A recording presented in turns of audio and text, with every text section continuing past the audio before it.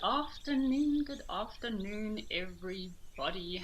Welcome to Live at the Waterhole here.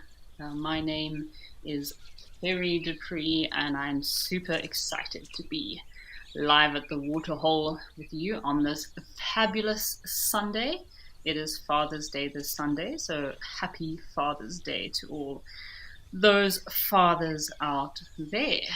Really excited to be here. We've got some lovely elephant bulls here in Maputo land having a nice sand bath, and it has started off to be a lovely afternoon on Live at the Waterhole. So just a reminder, folks, that this is a live and interactive show. Please feel free to send through your questions and your comments. Join in the conversation on YouTube or X.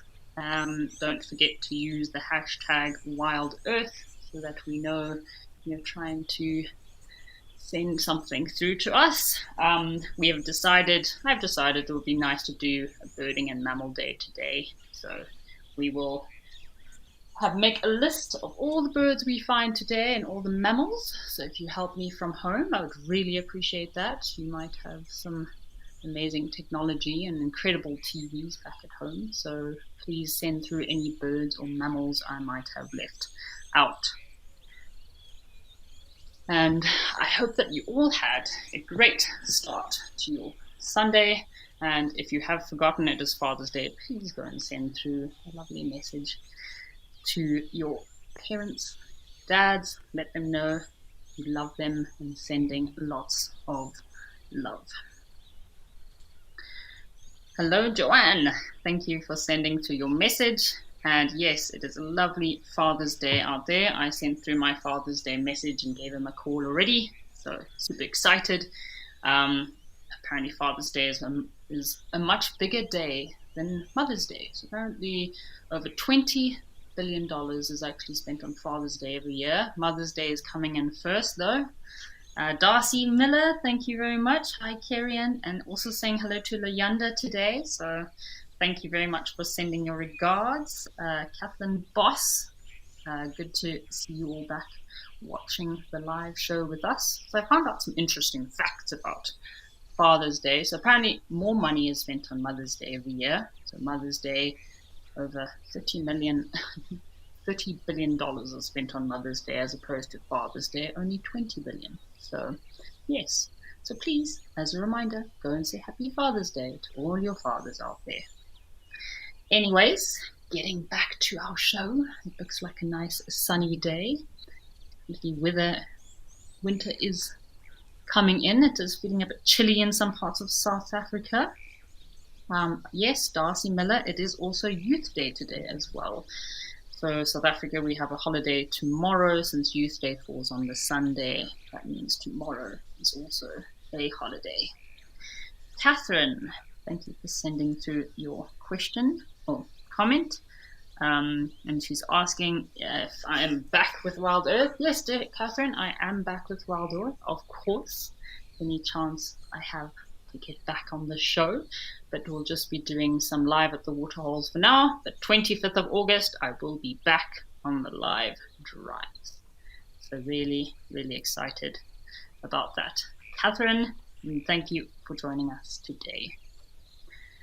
So I've really been enjoying watching these elephant bulls. I also tuned in a little bit early to see what was happening. And yeah, they are standing near some, look like they could be sodak areas, nice loose sand, just kind of really chilled and relaxed on a lazy Sunday.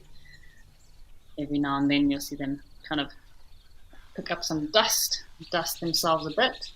So for our mammals, obviously, we've already got elephant and impala over there.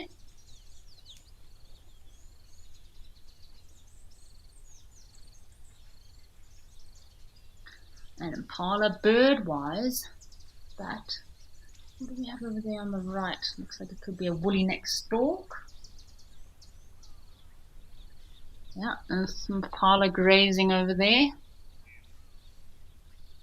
Looking to see if there's anything in the water. The branches on the right-hand side look like a perfect little perching spot for a little pied kingfisher or some sort of kingfisher to be gazing over the water, desperate to dive down and catch a little bit of a fish for breakfast.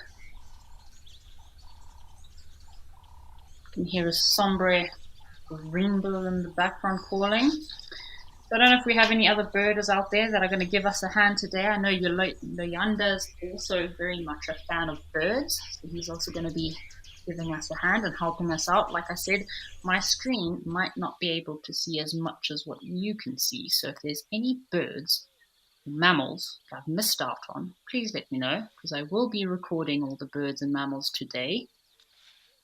Ah, oh, look at that sand. Nice sand bath. See that elephant bull on the right hand side there, kind of has a bit of a tear in his ear. He could have received that tear from multiple reasons, maybe rushing through the vegetation, getting caught up on things. It's a good way to identify him. All these little features really help us to identify different elephant individuals. Anyway, we're still here with our elephants. Let's cue over to the weather and see what our weather's looking like for the sunny Sunday.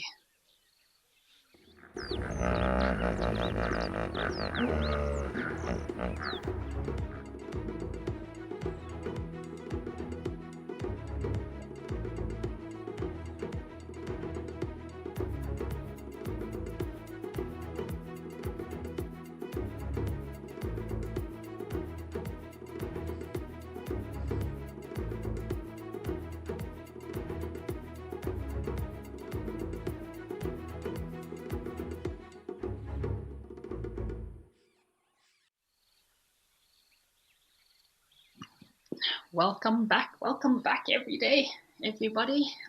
So we are watching live at the waterhole today, and we've got some big elephant bulls here that I think have obviously had a very busy day already, because they don't seem to be doing much. They're just kind of standing around, dusting themselves. A lot of animals do practice the behavior of dust bathing, including birds as well. It's very important for birds to kind of dust bath, get rid of any excess oil that might be on their feathers, as well as anti-parasitic kind of behavior.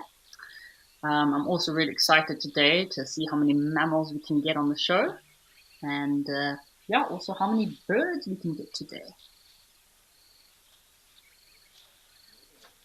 Oh, we had a few more female impala come into screen there.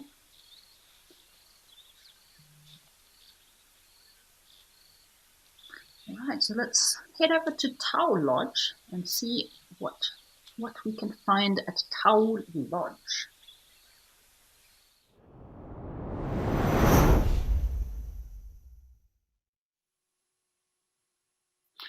All right. Looks like we've got some new mammal species here.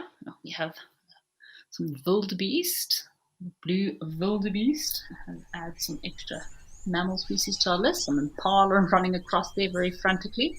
So it is rutting season at the moment.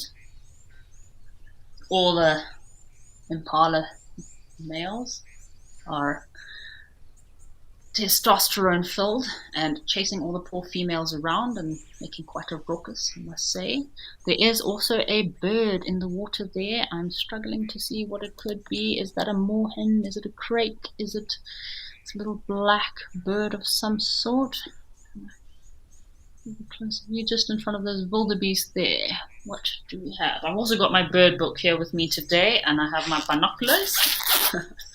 I know it's not really necessary, but always good to have your bird book around. Let's have a look. What can we have there?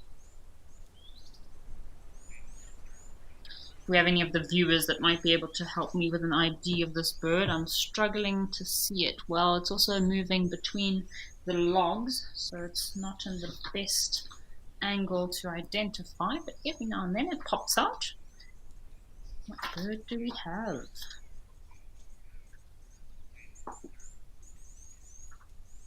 Oh, there's two of them.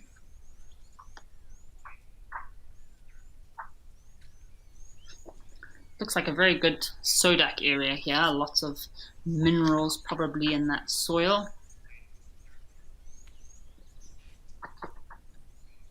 See if I can get a close up on these birds. Oh, there we go. I've got a bit of a... See if any of our viewers can send through. I've got him here. Nice. I'll give you a few seconds just to get a bit of view on him. I've got an ID on him, but if there are any viewers that would like to give it a shot, nice to see these birds always. I always get excited with the kind of rare bird species. It's rather exciting. Two of them, breeding pair.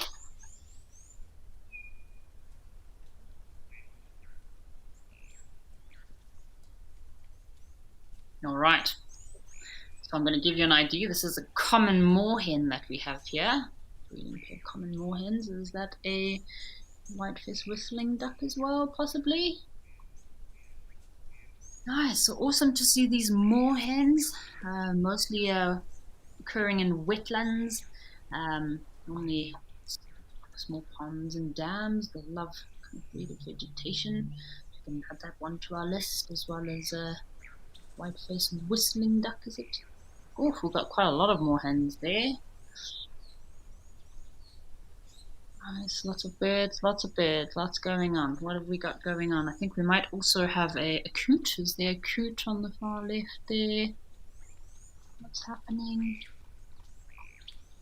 Catherine, glad that you're enjoying the birding. Yes, there we go, red-knobbed coots. Thank you for helping me on that ID there. Red-knobbed coot. Actually, I saw, it was funny, the other day, I actually saw a picture of their feet. So if you have a chance to have a Google, have a look at what those red-knobbed coot feet look like. They have the strangest looking feet, and I think that looks like there might be some shield ducks there, is that right? On the right-hand side. Saw my first shield duck, or Egyptian goose. Wow, this is real birding hotspot here. I saw my first shield duck not so long ago in Namibia. It was really awesome sighting. Lovely to see. It looks like some little teals. Oh my goodness, the birding is crazy.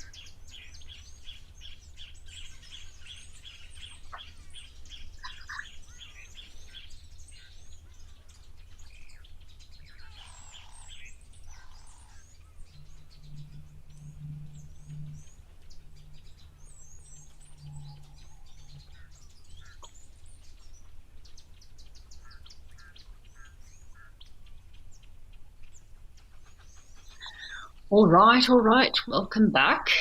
If you're just joining us, we are having a bit of a birding bonanza day, and I'm struggling to keep up with all the birds that are around here. So I see there's also some spoonbills to the right, in between those wildebeest there, so two African spoonbills. We've got some teals, white-faced whistling duck, we've got some moorhens, we've got a red-knobbed coot, Egyptian geese, and I think we also had two shield ducks, which is amazing. Like really struggling to keep up with this list here.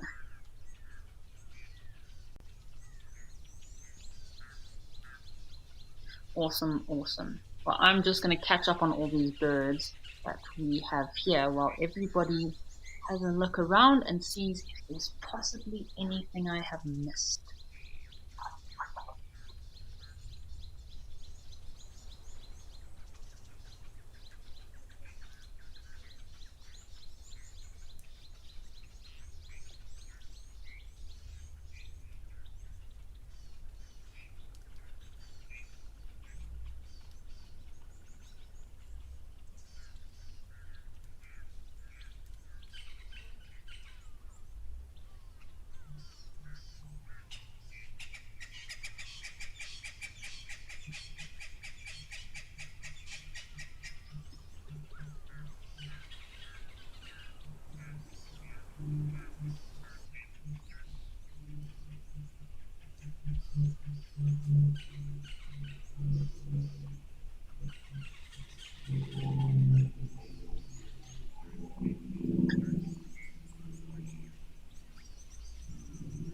Isn't it awesome to just sit and enjoy the sounds of nature?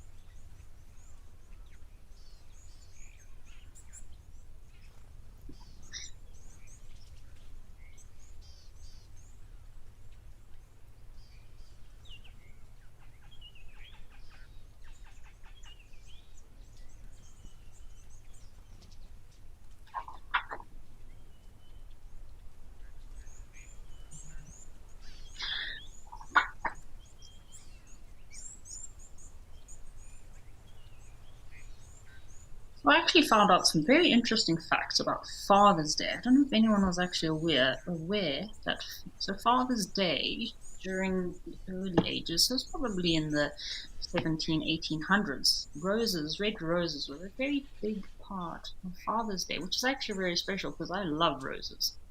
And everyone would give their fathers a rose or wear a rose kind of pinned to your shirt as yeah, just a gratitude and paying your respects to the father. So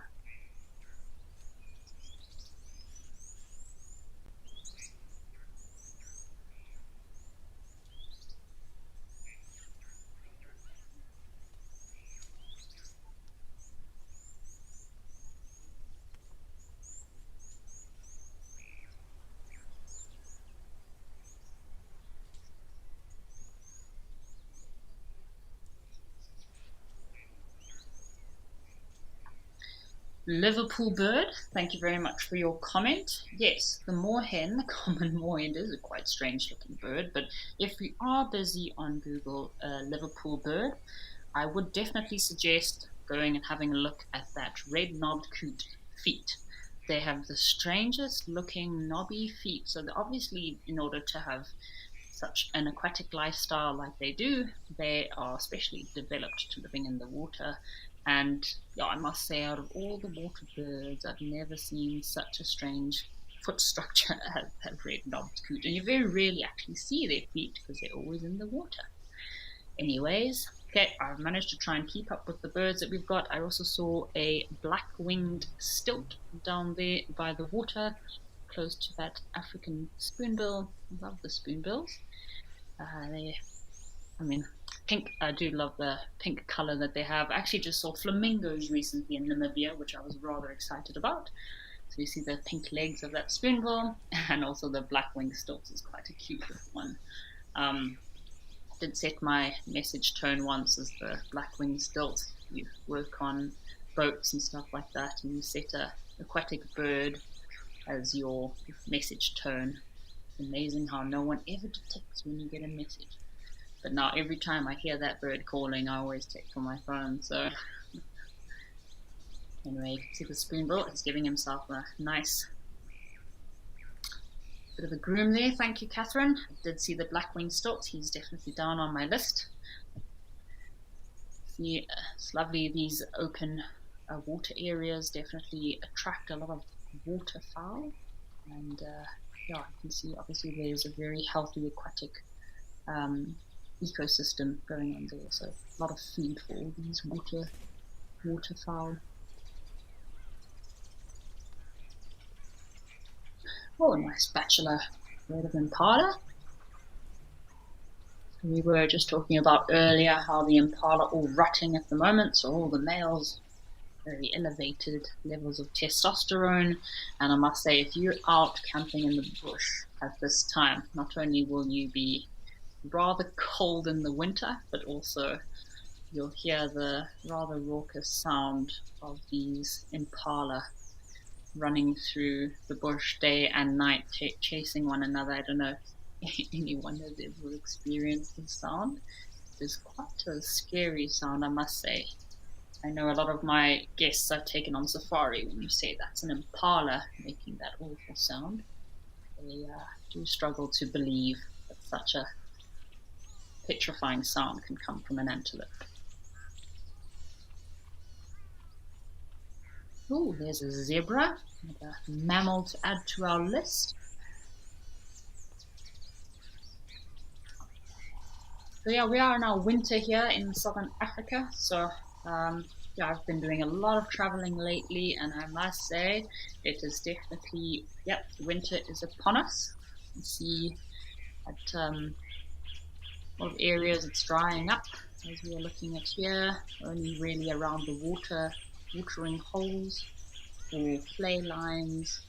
Riverbeds is where you'll see the only little bit of green left. The rest of the environment is kind of really starting to dry up. Fortunately, with the drought that we're having this year, we're experiencing very dry conditions in a lot of regions. And zebra looking out. What are they looking at?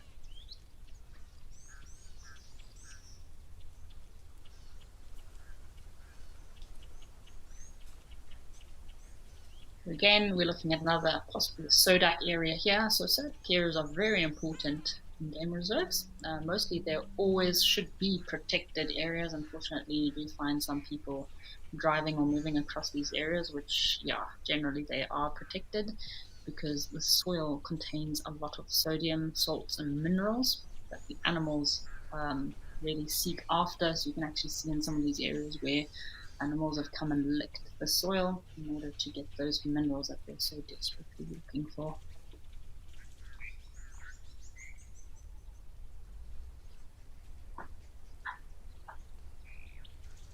We've got another little duck there on the left-hand side of the screen. Leander, how good are you with your ducks? Anyone else? Duck expert here? It's a very dark-looking duck. I know we did have some teals earlier. So I'm just having a look. See, I know we do get the African black duck in some of these regions.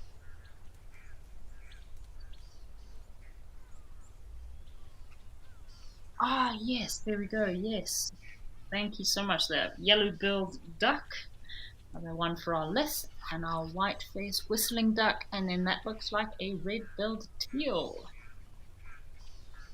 It was actually quite funny. Yesterday, I was actually just by a little park close by to where I'm staying in Johannesburg, and we had some yellow-billed ducks, and their quack quack quack quack sound that they make is quite comical. I must say, it does sound like someone laughing at you.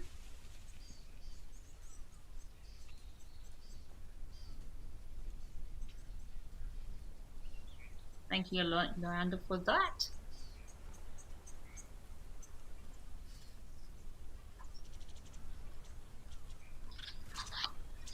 All right, let's head across to the Victoria Falls and see what's happening in my hometown.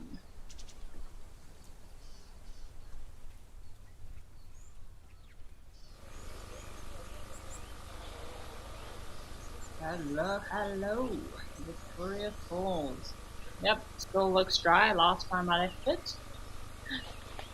So, if you don't know, I am actually from Victoria Falls. This is my hometown, and I've been to the Safari Lodge many times. They do have actually a special feeding that they do here at this waterhole. It's called the vulture feeding, in a specific time every other day, where they actually do feed the vultures and the marabou storks, which is what we're looking at right now. Marabou storks, one of the ugly five.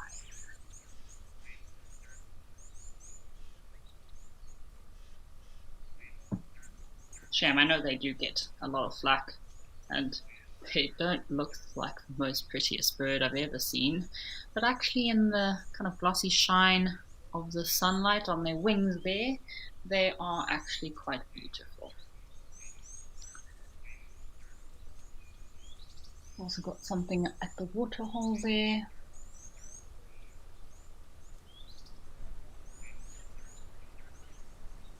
Darcy Miller. Oh my goodness gracious me. I'm very surprised to hear you say that the marabou stork is actually your favorite, one of your favorite birds.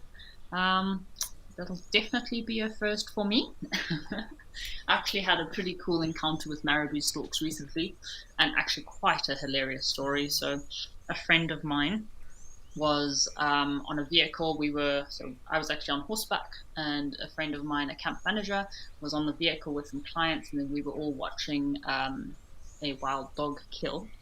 And of course, there were marabou storks there waiting for the wild dogs to finish consuming this kudu. And once the wild dogs moved off, of course, there were all these leftovers, and we had two marabou storks that were fighting over a piece of the kudu, the remainder intestine, piece of the kudu's intestine, and one of the clients in the vehicle chimed up and said, "I thought marabou storks were vegetarian."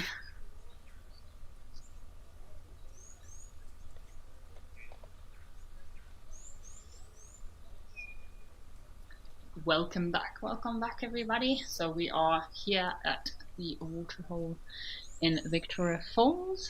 If I'm not mistaken, it should be Safari Lodge watering hole that we are watching at the moment. We're just having a bit of a light-hearted moment about how beautiful marabou stalks look. Joanne Miller, if you ever wanted to go on safari, this would be the best time to go. I'm not sure if that's a question or if you do like to travel in the winter. I think a lot of people do underestimate how cold Africa can get. My last two groups of clients, oh my God, got something there. No, marabou stalks just swimming. Yeah, my last two groups of clients, they were definitely not expecting such cold weather. I think the coldest temperature I experienced in the last 5 weeks safaris I was on was -2 degrees, and that was in the Namib Desert. So yes, Victoria Falls also does get a little bit chilly, but yeah, Botswana, places of Botswana, we also had 0 degrees, -1, -2. So yes, winter is a good time to come on safari, but I would definitely make sure you bring enough warm clothes. Have a look at these interesting colors on this marabou. I do love their white tipped wing bar. So interestingly colored there.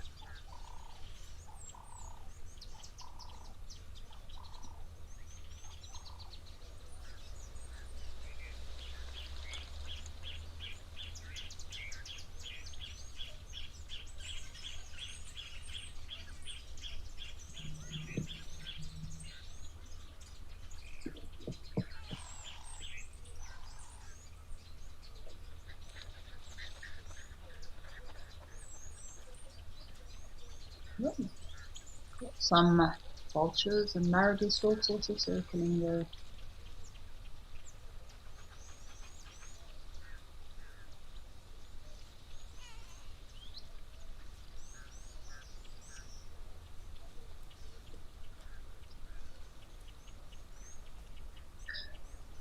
Darcy Miller, I'm glad that we could get one of your favorite birds for you today. Everybody, I guess there is always a creature for everyone. Oh, what have we got over there? Some female impala. So Darcy was saying how she loves the little curly hairs on top of their head there. Okay, we've got some more birds.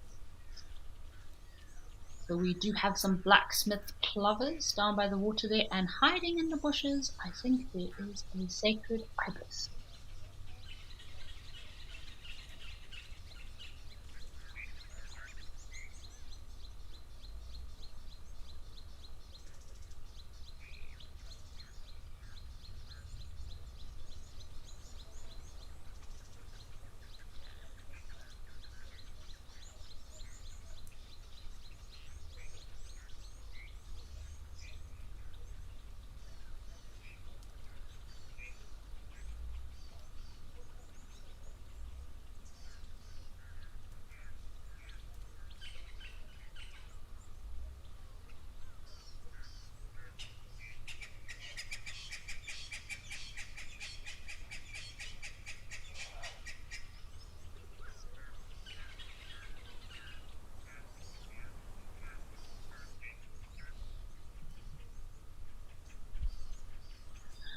Awesome, awesome. Welcome back to Victoria Falls here. We are at the Safari Lodge watering hole. I can also hear in the background some buffalo weavers, which for me is always a very memorable sound of Djuma Game Reserve and watching the Djuma live shows.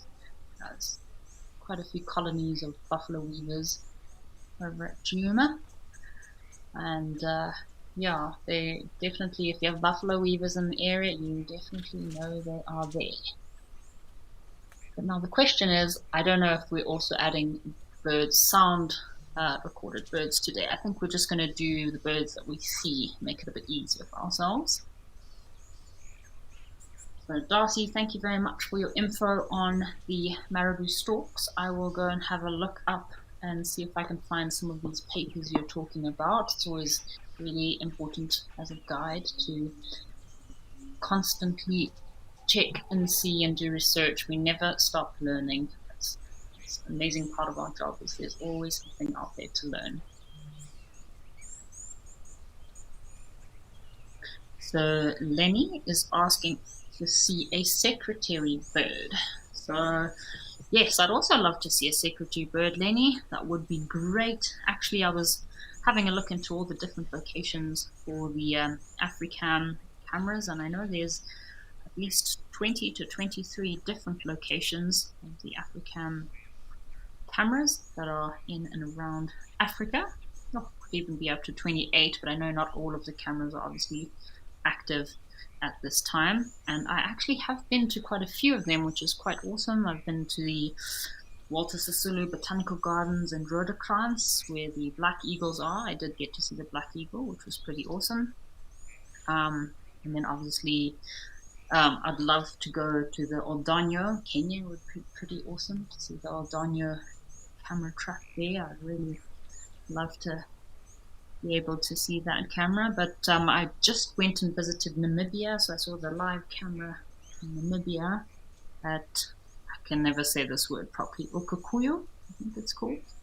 And that was pretty awesome to also be able to sit at that pan.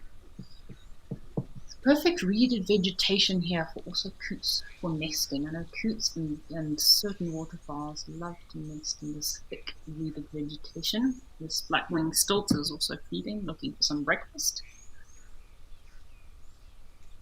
Look, and I think we might have a black crake to the left there. I haven't seen a black crake yet.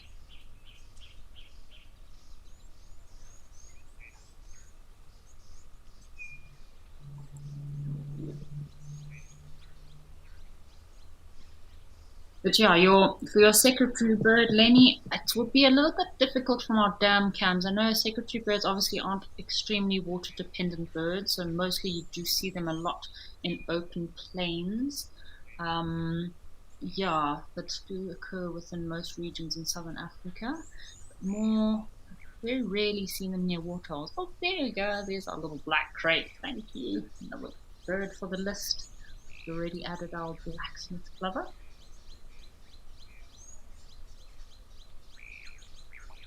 So I'm just getting an update about our secretary bird. Apparently, we did have a secretary bird yesterday at Nkoro walking around, so that's a pretty epic sighting. And what we have here should be our sacred ibis.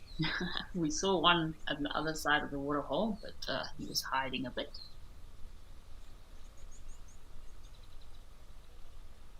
Liverpool bird, that is definitely the best way to find these birds that you're not aware of, is by Googling them. You get a lot of pictures, so this is our, yeah, we're just struggling with our focusing there, sorry about that folks. There we go, sacred ibis. Also beautiful birds to see, and I love seeing them during the breeding season. When they fly over, they generally fly in flocks of anything from 3 up to 15, 20 I've seen at one time. And during the breeding season, I'm not sure if it's the males or the females, but they do become extremely colorful underneath, so that you can kind of see the skin underneath becomes very bright red, and that's a kind of indicator that they're ready for breeding.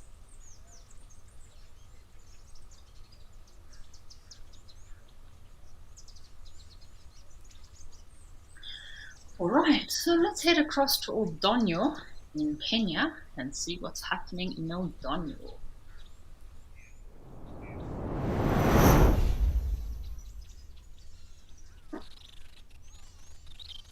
Oh, hello, little water.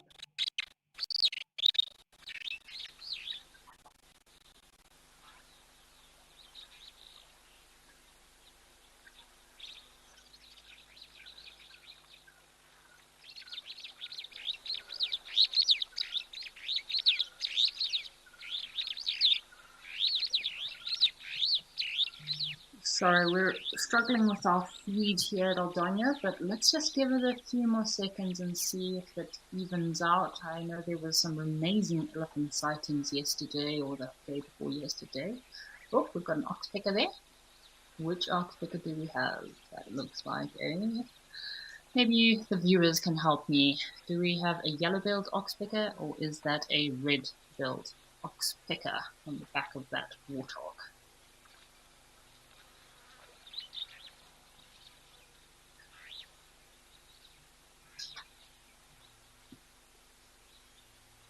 Any of the viewers are familiar with the oxpecker species, I'm sending this question out to any of our viewers at home that would like to help me identify these oxpeckers. Are they yellow-billed or red-billed oxpeckers?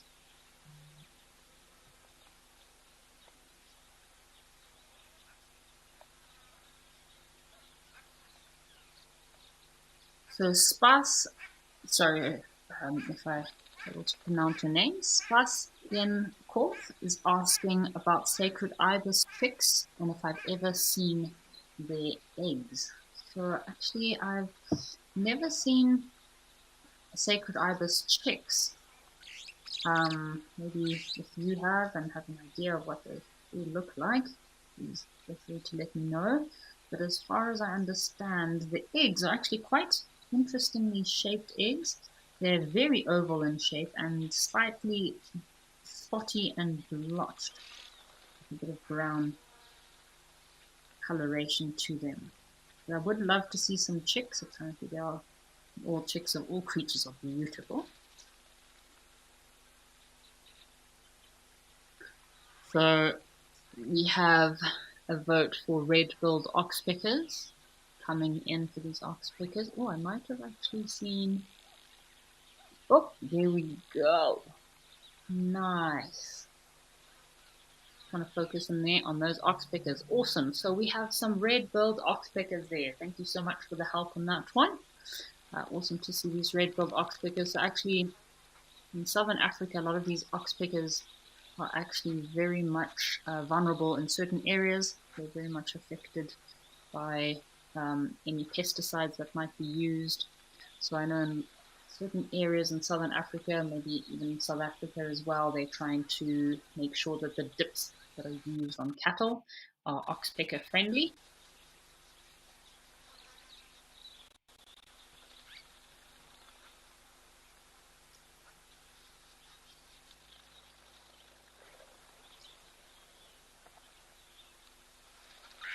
Awesome. So we were just chatting about oxpeckers and how it's very important to try and protect the species. Of course, there might be a compatible zebra there who is also being visited by the oxpecker.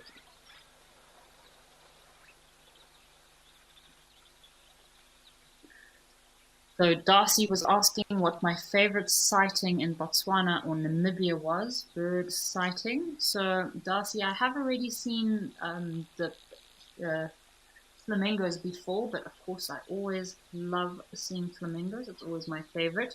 But we did actually get to see, yeah, I was pretty impressed. I got quite a decent amount of bird lifers on that trip. I think that pelican and the greater pelican was also one of them, which I was rather excited about. Um, and of course, we did get some gull species. A lot of debating. I was very lucky we had some birders on that group. But the bare-cheeked babbler in Namibia, in the desert, was a very exciting one for me, as well as the hot-lipped babbler in the delta, which again might be common in Botswana, but this was a new one for me. Of course, we did get the black-collared bulbul, which was also a nice bulbul species. So I was watching old Daniel on the dam cams the other day, and it was really awesome to see some massive tuskers here. Do we have, what birds do we have down there at the water?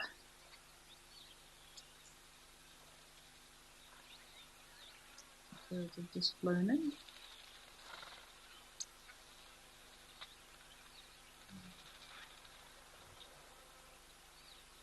Got some starlings.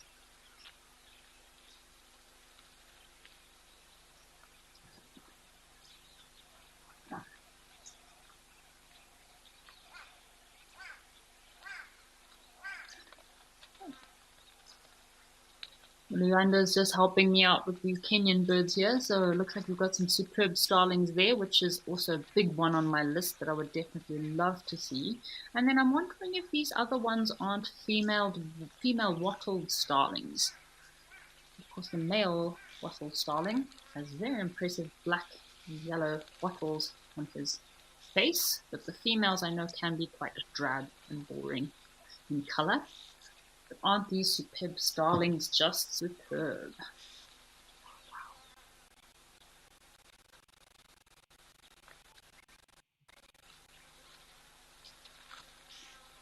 Here we go, here we go. We are at Aldonio, enjoying some birding of some starlings. We've got some superb starlings there. Looks like a collared.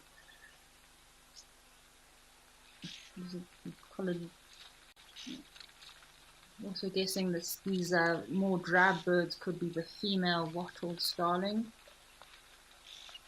And collared dove or cape turtle dove there in the background.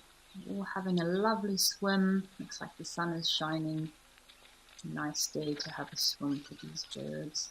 During midday. Dust bathing will normally happen. Most birding species will practice dust bathing in the late afternoons.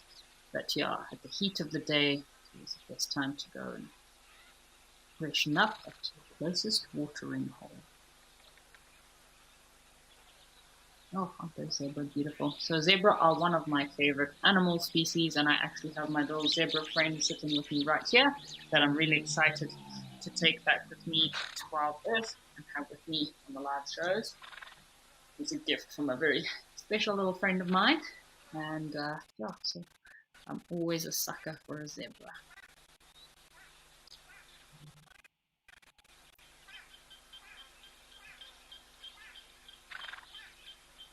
So Catherine has just sent through a confirmed ID for us on the superb starling, as well as the wattled starling. So yes, I don't know if anyone out there has actually seen a male wattled starling. If not, and if you're curious to see what they look like, I would definitely suggest Googling that, because those wattles that the male gets on his face, so he'll have black kind of on majority of his face, and he'll have these very impressive yellow wattles hanging down.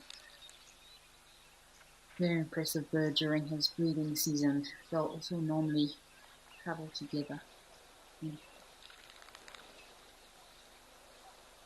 Yep, you're on the under. They are very, very cool birds, I must say. But again, during the non-breeding season, they're not that impressive, and it's only the males that develop these wattles.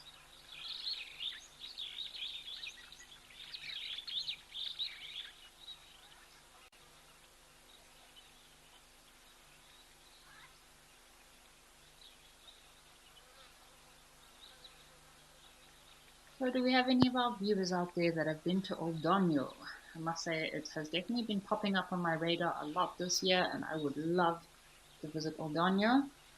Of course, horseback safaris in Aldonio, Kenya, Tanzania are also on my bucket list. There's some awesome horseback safaris within that region. But yeah, definitely. Alright, let's head back across to Tower Lodge and see what's waiting for us that side.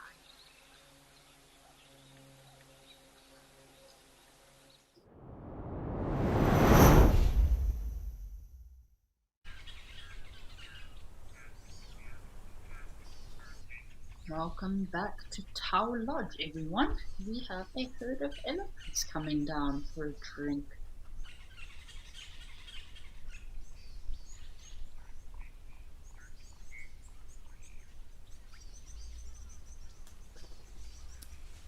And again, you can hear the buffalo weavers calling in the background, and then some little blue wax bills possibly also coming down for a drink.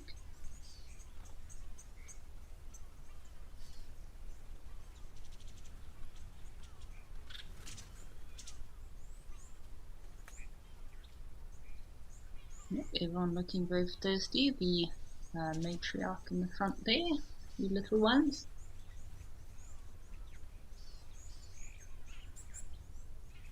I was very excited to possibly see some desert elephants in Namibia. I didn't get to see any desert elephants, but I have seen some photos of desert elephants. Obviously, I don't think there's too much difference between the desert elephant and our African or savanna bush elephant. Besides, obviously, the desert elephants have had to adapt a little bit in size. So they have kind of reduced in size a little bit in order to be able to survive long periods without water.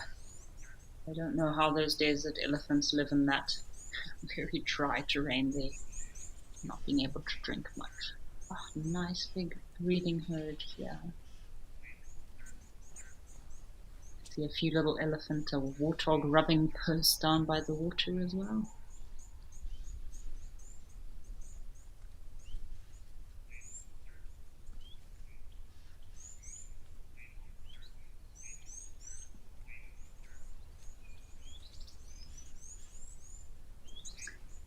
Here we've got our teals again. I love how they all walk down to the water in their single file line. So generally the matriarchs of the elephant herd of elephants, she has an extremely good memory. I mean, all elephants have amazing memories, but the matriarchs are the ones that from grandmother to granddaughter, mother to daughter, they've passed down years and years and generations of information, paths, trails, where the best watering holes are, feeding points, which areas to avoid. That's why the matriarch will always be the one to lead them all down to the safest drinking spots, feeding spots.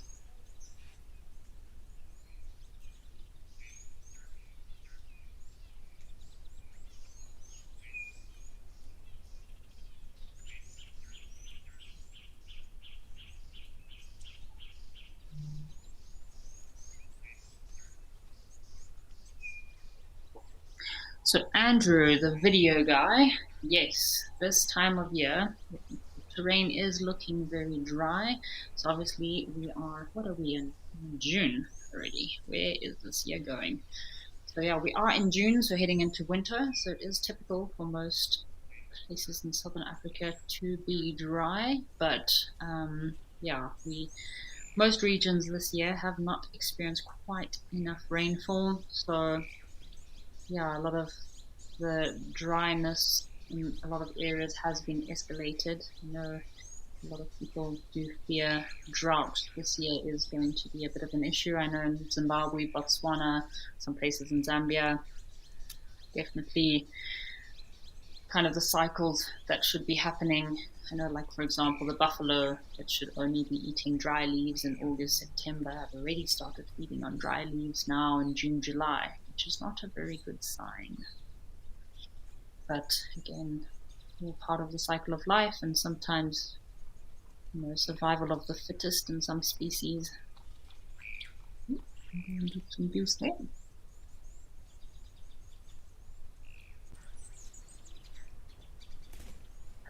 So Robert 4217 is saying that Tower Lodge is his favorite watering hole, and how the crocodiles always add an air of excitement. So I wonder, Robert 4217, if you have seen any kills at this watering hole. It would be rather exciting to see an elephant, something being captured by an elephant. I know Catherine is very excited to see her elephants. So Caitlin Boss, also very excited to see some elephants here. We have a shelled duck there in the background or in the foreground as well. Oh, look at these guys.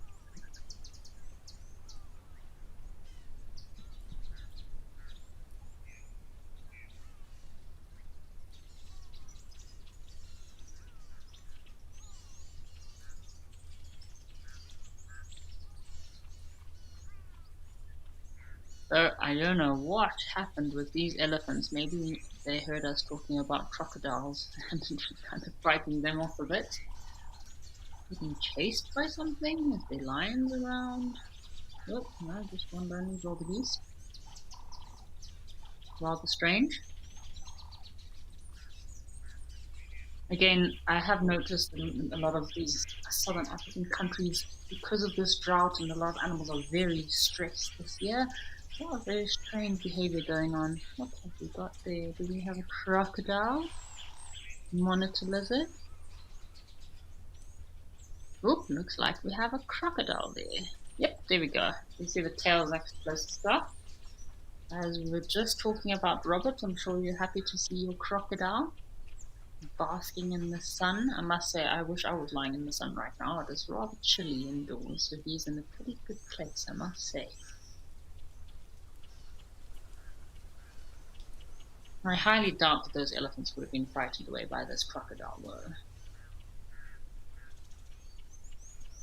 I actually have heard of some elephants in some areas getting the tips of their trunks taken off by crocodiles. Obviously, a crocodile's not quite strong enough to pull a whole elephant into the water, but yeah, I've seen some elephants that have had pieces of their trunk quickly removed by crocodiles, maybe if they're young ones. Crocodiles are always opportunistic hunters. That was rather strange.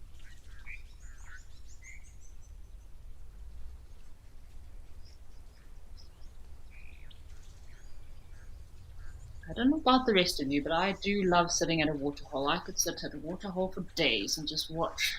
Wait and watch. Oh, there's some more. What is that? Wildebeest. Oh, and an ostrich. Nice.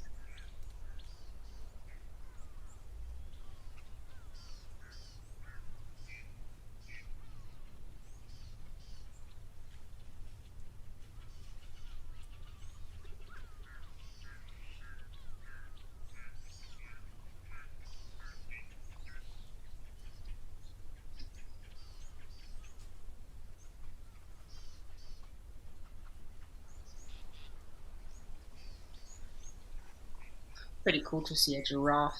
An ostrich here. I must say it is quite interesting to see these male ostriches when they are ready for breeding. Their necks go very brightly colored pinkish red, as well as their legs. Saw one recently and it looked rather strange, I must say. Apparently, that's how they impress the female ostriches. So each to their own.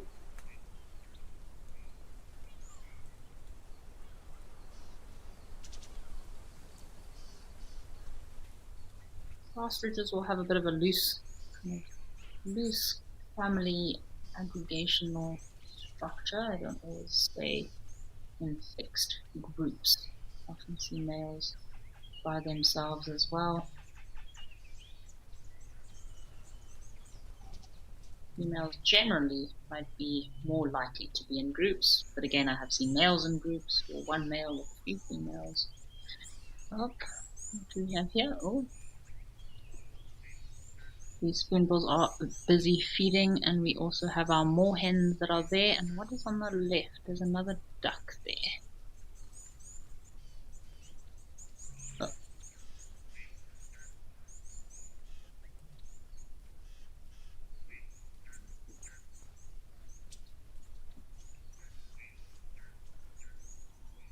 awesome. So we just had 3 common moorhens there, and isn't this awesome watching these spoonbills feeding? Look, see how they put their beaks in the water, slightly open. As soon as they feel something on their bill, quickly snap it up.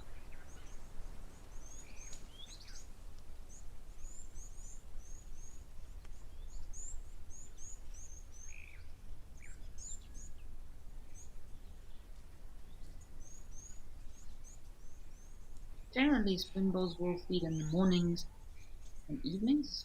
It's the best time for feeding for them.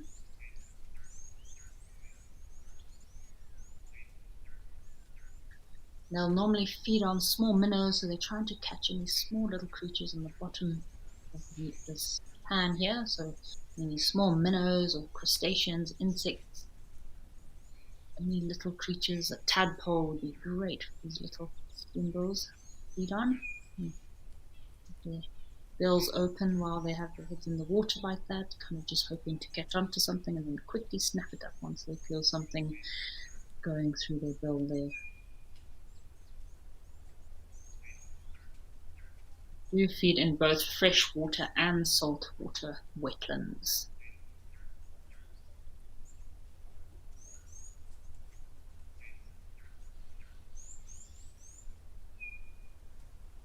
So let's head across to Compass Dam and see what is waiting for us that side.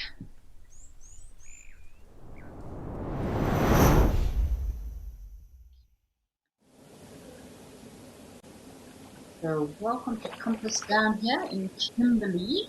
Oh, I must say, again, the flamingos is pretty much all I would go. The main thing I've heard about Kimberley that I would love to go and see, and that they have this big, great hole in Kimberley too, one of the biggest man-made holes in Africa, but also attracts a lot of bird life, the flamingos. Pelicans also go to this Compass Dam as well. Always great to see these flamingos. See if we can see which flamingos we have here. So I can see some lesser flamingos. Lesser flamingos are generally a lot more pink in color, and their bills are a lot more broad and a bit of a darkish color. So it looks like mostly greater flamingos, and there might be. Let's see if I can see one or two lesser flamingos in there. Yeah, there we go. Yeah, so you see that bill definitely is always a giveaway. So of course you do get lesser flamingos that maybe if they're not inbreeding plumage, their feathers might not be as pink, or if they have been far away from the ocean and feeding on crustaceans that necessarily don't have as much pink in their shells, then the color might be a little bit white. But yeah, we have the two species of flamingos there, greater flamingos and lesser flamingos. Oh, this little one is flapping its wings is a lesser flamingo. Looks like could still be a juvenile as those wings didn't look fully developed, or could be in the middle of a molt.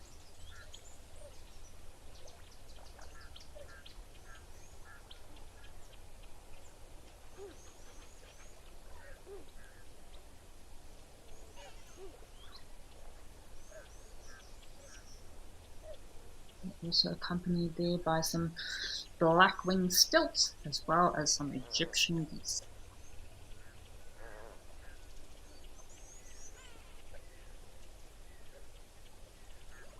Now, apparently the lesser flamingo is one of the smaller flamingos actually in the world, but that prominently red-colored beak is definitely a good giveaway, as well as that bright red eye. Obviously, like a lot of bird species, they do take quite some time to get their full adult colors.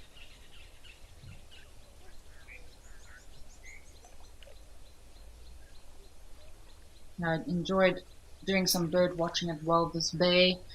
Managed to get quite a lot of flamingos in Namibia, Walvis Bay. I don't know if we have any viewers that have seen the flamingos in Walvis Bay. Just close to Swakopmund there.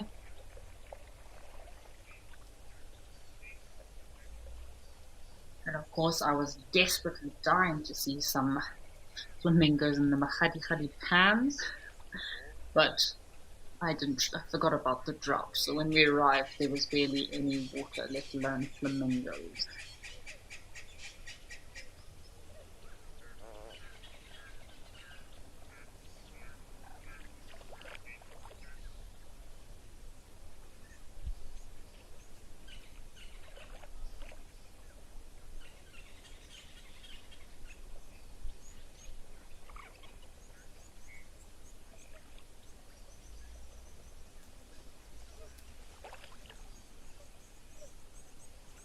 Ah, what are those other blackbirds we have there as well? There's some coots, could be the red-knobbed coot.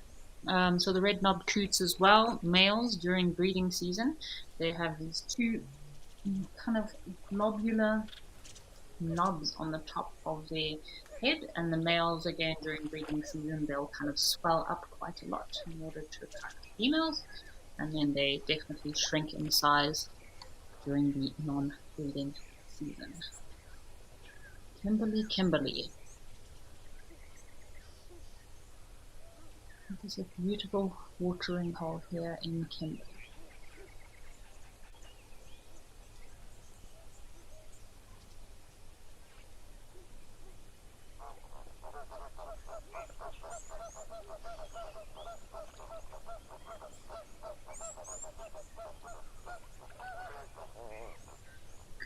So we were talking about flamingos, and obviously breeding grounds for flamingos. They are quite unique in that they do don't necessarily always need deep water. So a lot of the places they will feed or breed might not be the deepest of water, less than a meter or so.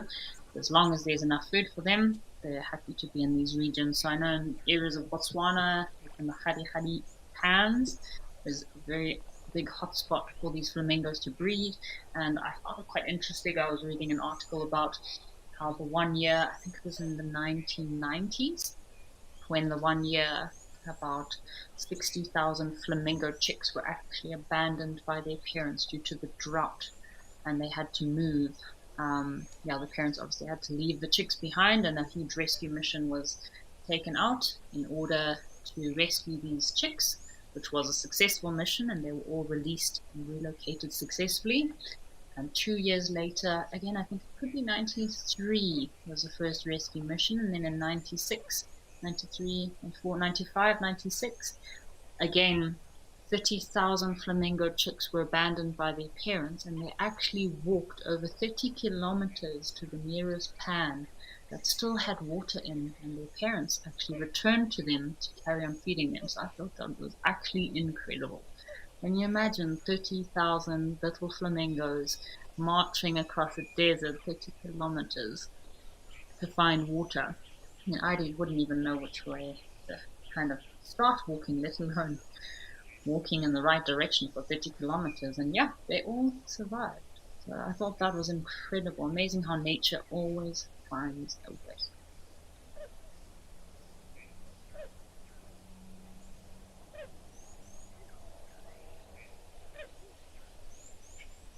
If you can hear that sound, that is the sound of the red-knobbed coots. I was not 100% sure if those were red-knobbed coots, but that call has just identified it for me.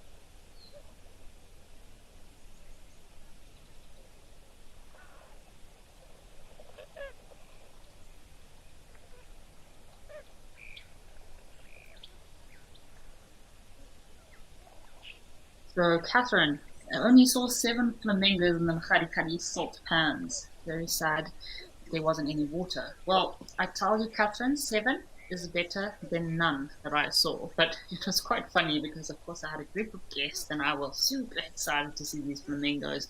We pitched up at our first pan in Mahari, and as we were driving to the pan, there was not even a drop. There was a few small puddles, and I realized that, oh, I think I've overshot my wish here.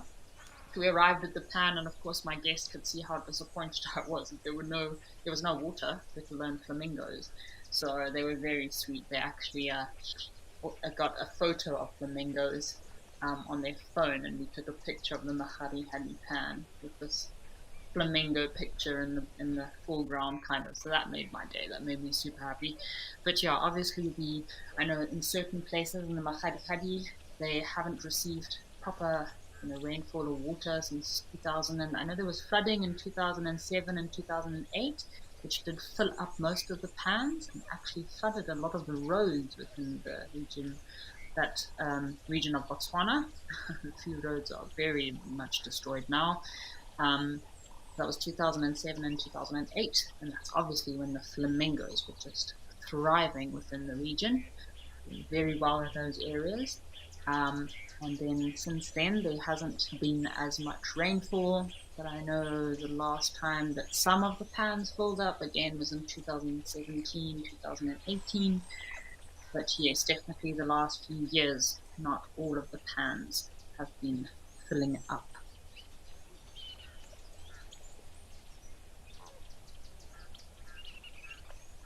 Now the flamingos do have a very interesting way of nesting.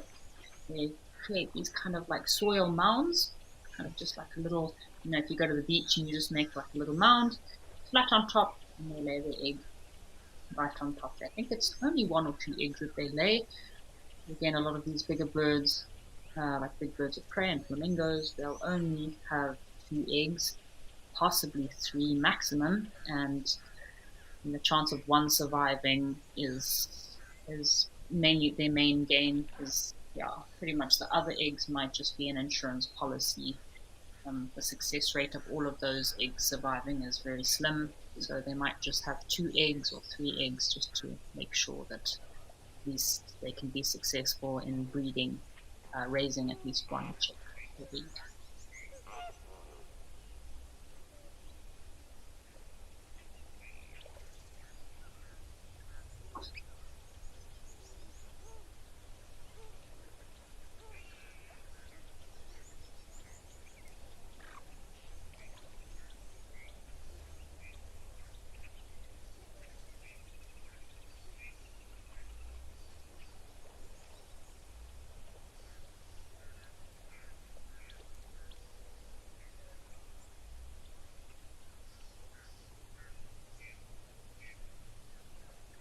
That's the flamingo nest that I was just talking about. So they're actually made out of mud. They actually look like a little mini volcano.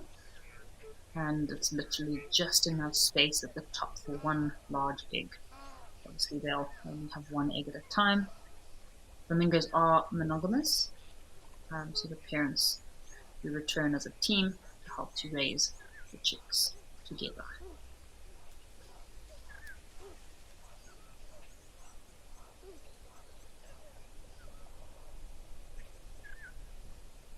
And again, like I said, depending on where flamingos have come from, you can tell if they have been in salty water or kind of near the ocean, or if they've come from fresh water. It definitely really affects the color of their feathers. And I must say, it's very beautiful to see them when they've come from an coastal or like environment where they've been feeding on a lot of crustaceans that have that pink color, so the prawns or little shrimps that have the very definite pink color to the shells, and those shells actually really influence the color of the birds themselves. So then they'll come from the salt water to the freshwater environment, and then after they've spent a bit of time, 2-3 weeks, in the more freshwater pans, then their feathers start becoming a lot more white and dull in color. So it's incredible how their food influences the color of their feathers.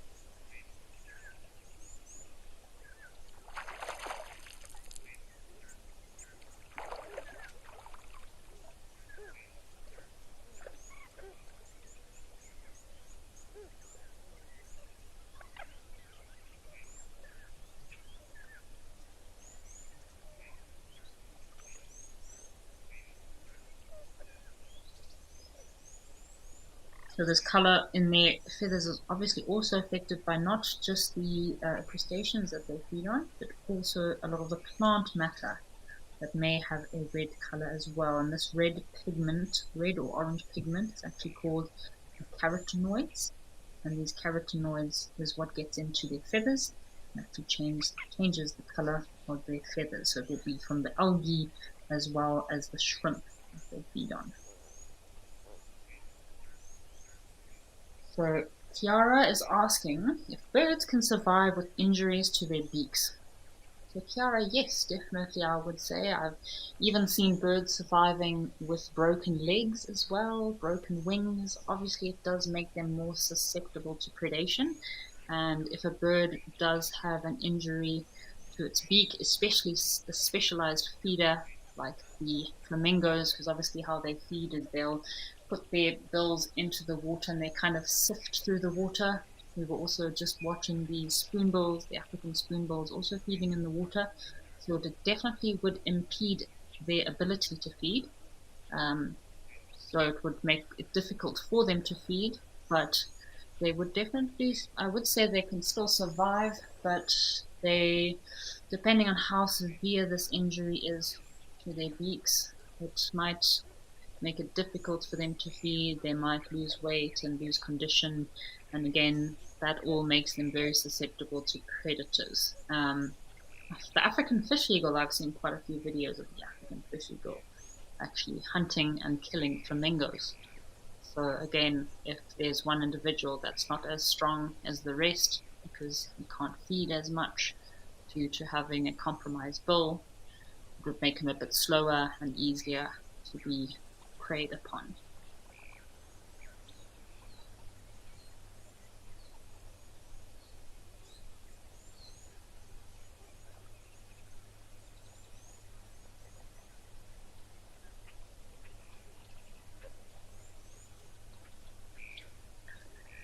Awesome. So we're talking about how amazing wildlife is, that even if they have an injury, they can still survive. I mean, I even know elephants that have had half a trunk or barely any trunk, and they still find ways of modifying their food in order to feed. Or yeah, I've even seen elephants that will kneel down on their haunches in order to drink or feed easier. They have some sort of, I mean, it can even be a deformity as well. But at the end of the day, it will make it difficult for them to feed, so they might not be as strong.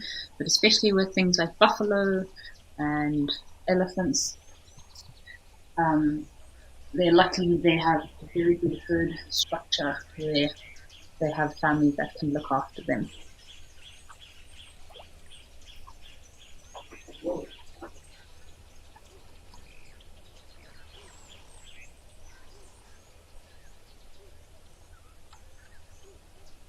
I actually saw recently a buffalo with a broken leg. And amazingly enough, he still looked like he was in very, very good condition. Of course, it wasn't the Delta. No, sorry, it was actually Chobe National Park on the river. So I think he managed to be quite wise and got to one of the islands where the lions will generally avoid going. And he seemed to have another 3 or 4 Lugger boys, other buffalo bulls that he was hanging out with, obviously helped with protection.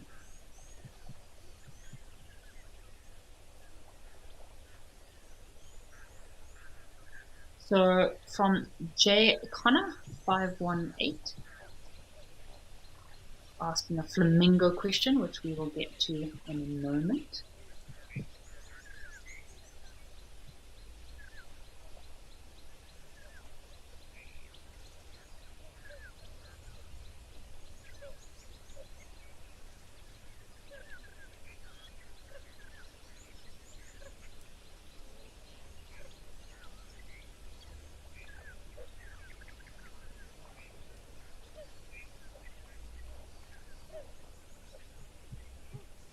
Okay, so we had a question from J Connor 518 about flamingos and if they have any predators.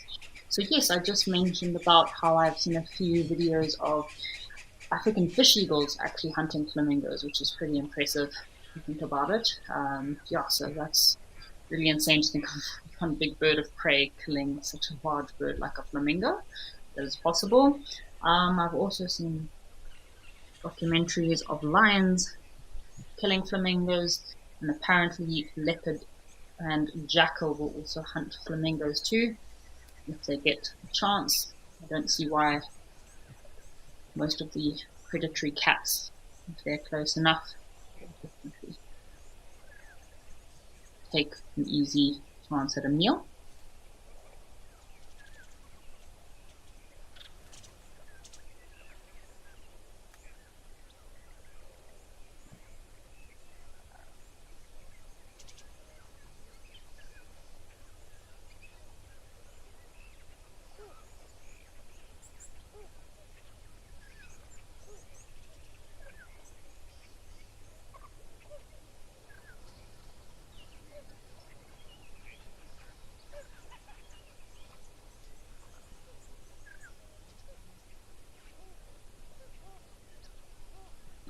All right, so Carol has sent us a question about birds, and do all birds have the ability to stand on one leg, and why do they do this? So yes, Carol, most birds do have the ability to stand on one leg. Um, the reason that they can do this can be to minimize the loss of heat, to help to keep themselves warm. Also, I know that some birds that might not also have the ability to perch might also use this as a way to kind of rest one of their legs or so. But yeah, definitely to minimize heat loss is one very good method of the reason why they would stand on one leg like this. Amazing how they can stand on one leg for so long. I think I need to practice my yoga flamingo pose before I can stand on one leg for this long. Look how long these flamingos are standing on one leg. And again, quite interesting how the flamingo's legs are developed like that. So same as some of the birds of prey that don't actually have much muscle or tissue in their legs, flamingos' legs are actually specially adapted so they can actually survive in aquatic environments where the water is either too hot or very, very cold.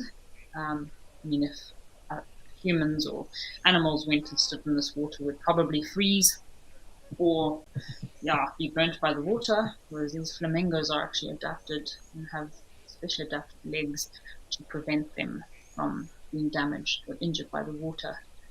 The same as, like, for example, the African snake eagle, that again, or even the secretary bird as well that we were just talking about, that don't have much tissue on their legs, basically just muscle, blood vessels, and skin.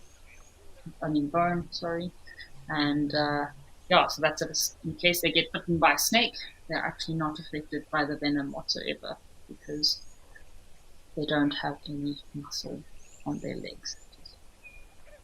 Amazing how different species have adapted in order to fit into their certain niches.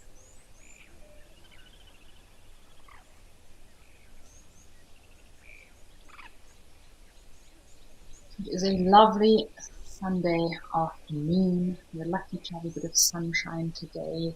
You know, these flamingos are definitely enjoying the sunshine here. You can see also when they get super comfortable, they also tuck that head of theirs behind their wing. We are also doing a birding day today. I'm trying to record how many mammal species and how many bird species you can see in this live at the waterhole today.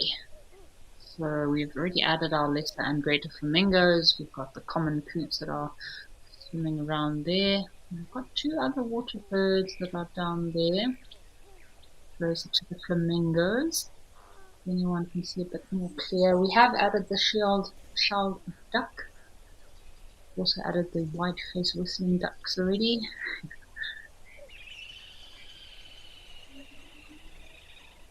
What's happening? Also here the coots, red-knobbed coots.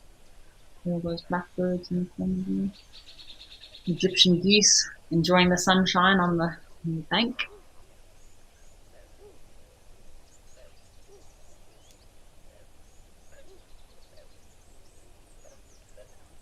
So Victor is asking if there's any birding bucket list locations that I would like to try out. Yes, I do have I'm quite a birder, I must say. Once that birding bug bites you, it definitely does bite hard. One of the birds that I would say is definitely on the top of my list is the Congo peacock. But unfortunately, it occurs in the DRC, the Democratic Republic of Congo. And the national park that it occurs in is not known to be the safest of national parks. And of course, if I did go for the Congo peacock, I'd have to go and have a look at the okapi antelope as well. If you don't know what an okapi is, go and have a Google. It's a very interesting looking antelope, and very few of them left. They are critically endangered, and they only occur the only region they occur in is obviously West Africa, and the only known places they've been recorded is in the Democratic Republic of Congo, as well as bonobos. So the same national park where you would get Congo peacock. So if you don't know what a Congo peacock looks like, it's not as elaborate as the Indian peacock. Definitely they are beautiful birds. Occurs in the same park as the okapi, and there are bonobos within that region. Look at these red-knobbed coots, all having a good groom. Unfortunately, none of them are standing on a log. If one of them was standing on a log, I would say, let's have a look at their feet. These red-knobbed coots have the most fascinating little feet.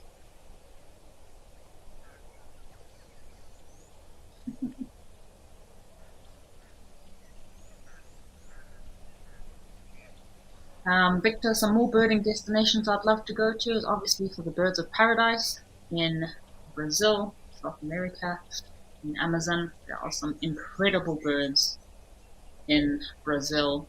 But I think what a lot of people don't realize is with the birds of paradise, you do definitely have to make sure you go at the right time of the year, because if you go in non-breeding season, it is very difficult to find these birds. Of course, birding does take a lot of patience.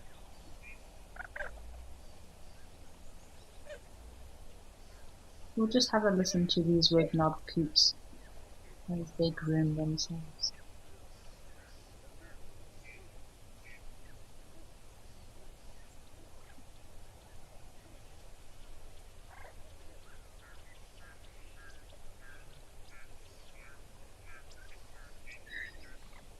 So I think on this beautiful sunny Sunday, we'll try to have just a few moments of silence while we listen to these red-knobbed coots grooming themselves. So please take some time to yourself and just enjoy the sounds of peace and quiet and the sounds of nature.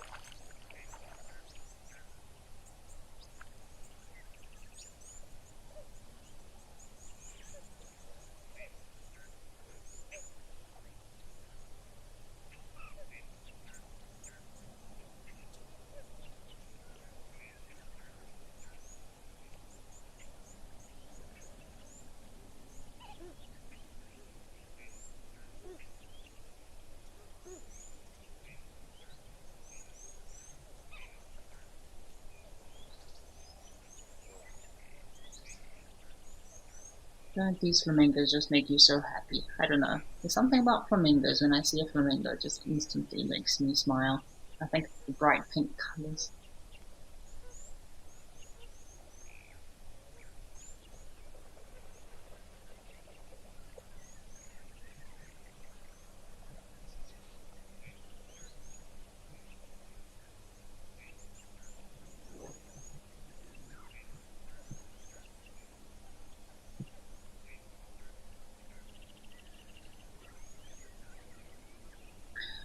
So obviously, I know Kimberley is very famous for a lot of very important breeding grounds for flamingos. But another thing Kimberley in South Africa here is famous for is the big hole, which I mentioned earlier.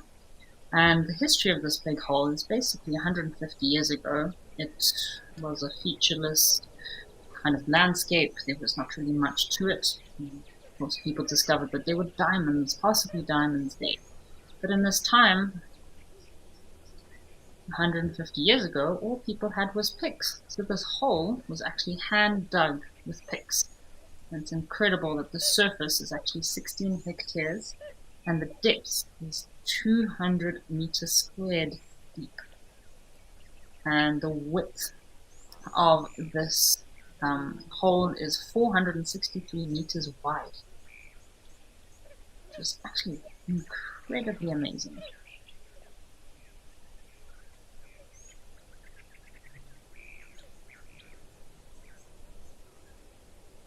This hole is actually considered one of the deepest cavities excavated by man by hand.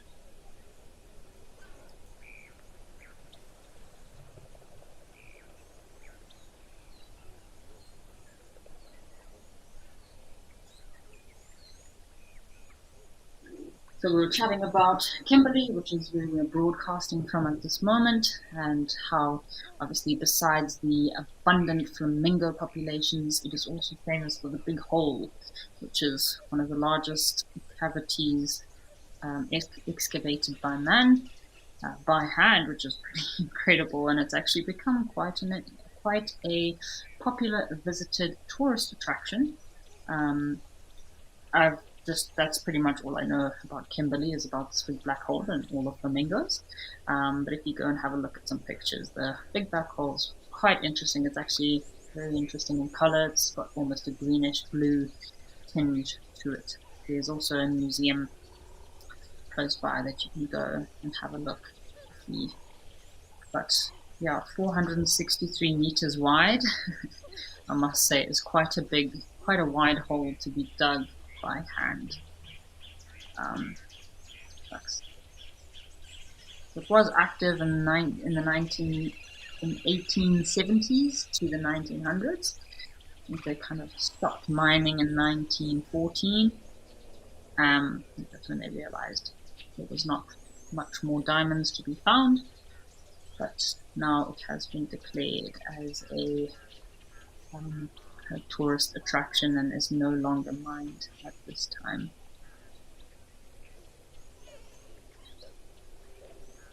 Trying to see if we can find any more birds for our list. Those Egyptian geese are snuggling up for the afternoon, which I don't think is a bad idea because it's going to be a chilly evening.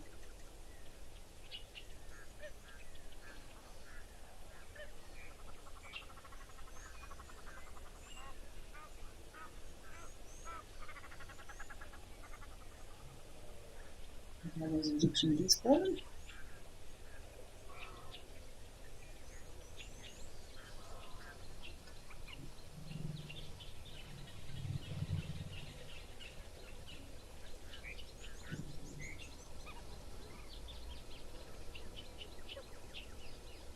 So there's also a blacksmith plover there. I don't know if anyone has ever been dived on by a blacksmith plover, but I must say it's not the most it's not the best experience, I will say. So blacksmith plovers, blacksmith lapwings are very well known for the bombing kind of like behavior.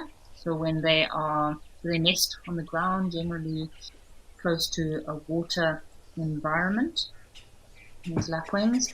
And as with most lapwings, they'll nest close to dams or on the edges of pans. And because they have their eggs and chicks on the ground, they are very susceptible to predators. If anyone comes close to lapwings, they then both attack you and dive bomb you until you get far enough away to not be a threat to their chicks. I must say, it's not the most pleasant experience. It definitely has happened to me a couple of times, but it is a very, very effective way of chasing away predators.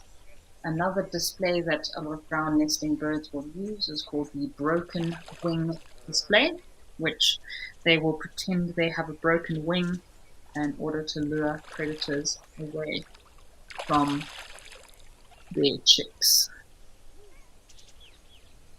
Have any of our viewers today ever been to Kimberley? I'd love to know what else you have seen in Kimberley.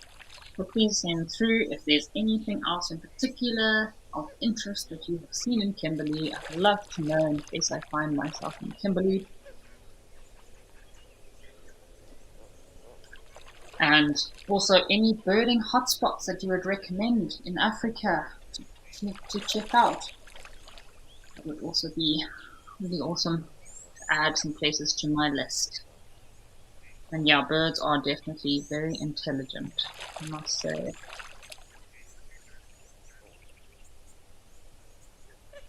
Now it's interesting how birds of prey, birds will kind of risk their lives to protect their chicks. Very interesting. yeah, it's always have to make sure that your spring survive to start a new generation.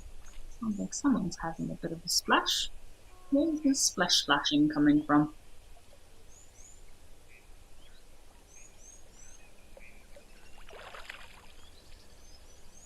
Another rather unpleasant experiences being dive bombed by the shrikes. Oh, yeah, the shrike family. In fact, most shrikes are very well known also for being very protective over their young. But if you thought two blacksmith covers dive bombing you was terrible, wait until you get dive bombed by 7 to 15, like shrikes, the helmet shrikes, or I've been dive bombed by reptiles, helmet shrikes as well.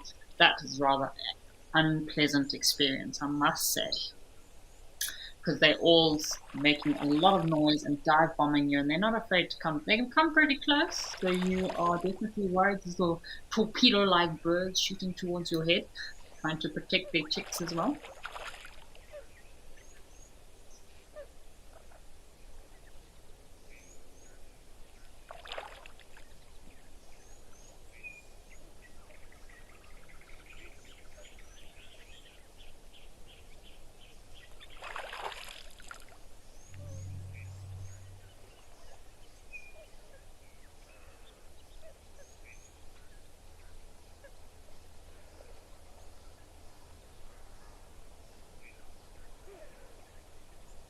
Birding hotspots. I'm trying to think of other birding hotspots in South Africa. I know in Tanzania, or not in Tanzania, they're definitely kind of KZN. There's a few very, very good birding hotspots in KZN. I mean, obviously Kruger National Park has some big birding hotspots there as well.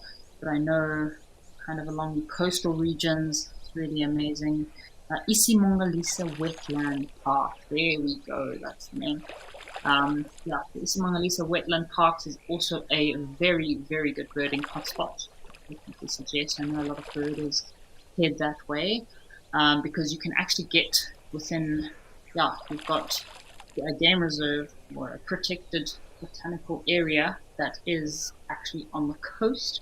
So you can get in the lagoon, you can get a lot of waterfowls, you can get a lot of coastal bird species, and then of course you get all your inland bird species. So that I know I did a bird list there one day, and it was pretty impressive with the amount of birds we got there in a day. Really great place. I'd really recommend. Catherine, thank you for suggesting Akagera National Park in Rwanda. It's amazing for birds. So yes, I have also heard Akagera was a very, very good birding hotspot. So obviously I have spent a lot of my career guiding in the Congo, in Brazzaville, Congo, and I always wondered why we didn't have more birding plants coming through. And obviously the Congo is a much more expensive destination than Rwanda, and about 90% of the birding species you can get in Rwanda also occur in Congo, or in fact you get in Congo also occur in Rwanda. So I know a lot of the birders prefer to go to Rwanda, but I must say there are definitely a few birding species in the jungle of Asala National Park that, yeah, I would definitely say are worth going to see.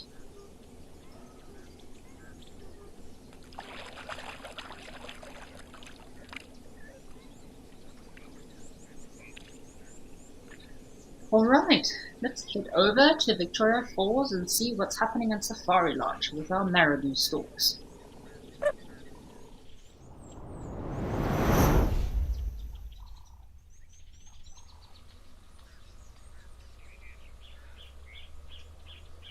Hello, hello, Victoria Falls. Oh, you can see those mapani trees definitely losing their leaves. Not many leaves left on there. Looks like we've still got our marabou storks there, and we have a vulture. What vulture is sitting there? And so it probably looks like a white-backed vulture. Oh, no, we've got two vultures. And on the right, the marabou storks, and then there looks like there's another one to the left, closer to the water. I'm not getting a clear view, so if any of our viewers would like to give me some assistance on an ID of these two vultures, oh, there we go. Thank you very much for zooming in. Looks like a hooded vulture there. Nice. So it's another bird for our list. Check out those marabou storks sitting. One is actually sitting down there. Add another bird to our list. Hooded vulture, epic, and I think there's a white-black vulture to the right there as well.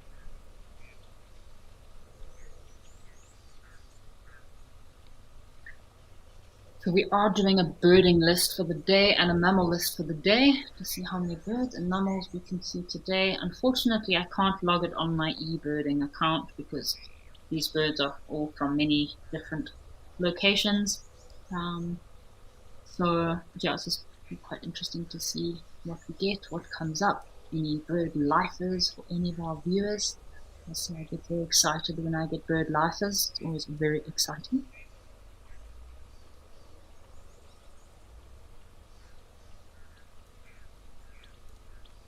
The marabou storks haven't really moved much. They do have quite a lovely life, I must say, like hippos. Sometimes I wish I could just be a happy hippo and just do not much all day, sit around in the sunshine, go feed for a few hours at night, and then do the same thing the next day.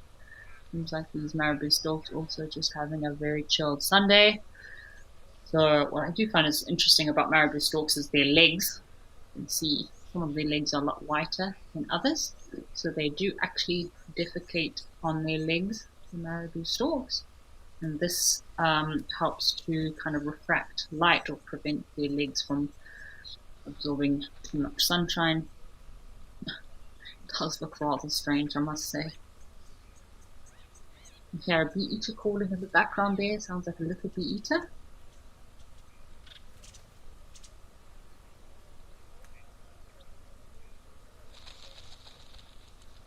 Oh, there's a crocodile. Is that a crocodile there?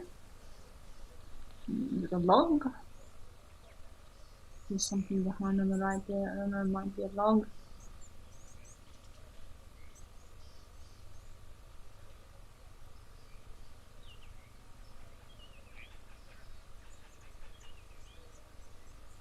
Nope, this marabou is giving himself a nice preen, grooming session.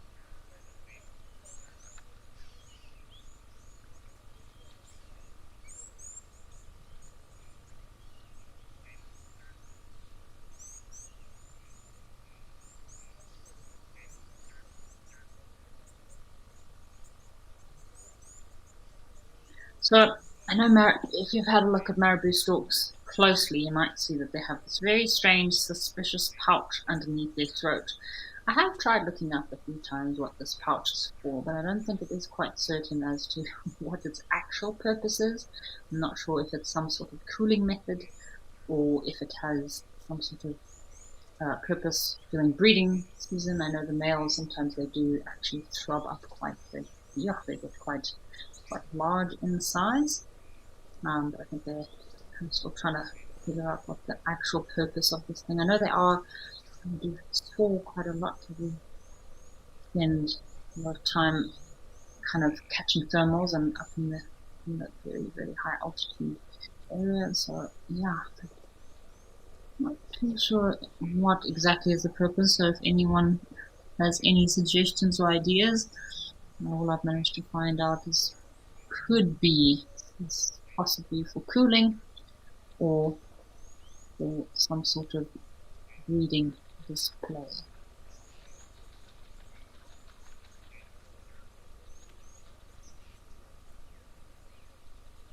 The marabou storks are monogamous, do form strong pair bonds that can last a lifetime.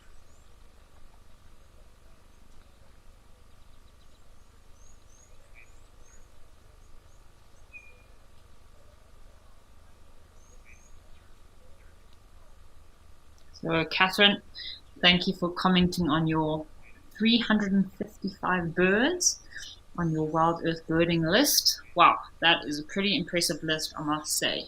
Shucks. Pretty impressive. Well done. That is a very good number. Wow. I think, I know once you start getting into birding and lists and life lists, and it gets quite addictive. Yeah, I actually had a birder on a recent trip that hit 1,000 birds on his list. So during our trip through Botswana and Namibia, he was trying to complete his list of 1,000 birds. So it's probably the highest number I've experienced, or the highest bird list number that I've ever met anyone with. 1,000 is pretty impressive, I must say. I think I'm only sitting on about between 550 and 600. I need to really sit down and recalculate. I think I've added quite a few bird lifers the last year, so I need to definitely reassess my birding list, figure out how many birds we got there. But yeah, it's definitely addictive once you get into it, especially e-birding. And I do love e-birding because obviously all the stats and statistics are all used by Cornell University, and they do take all that information and pictures. Even having a nice head scratch. His eye is itchy.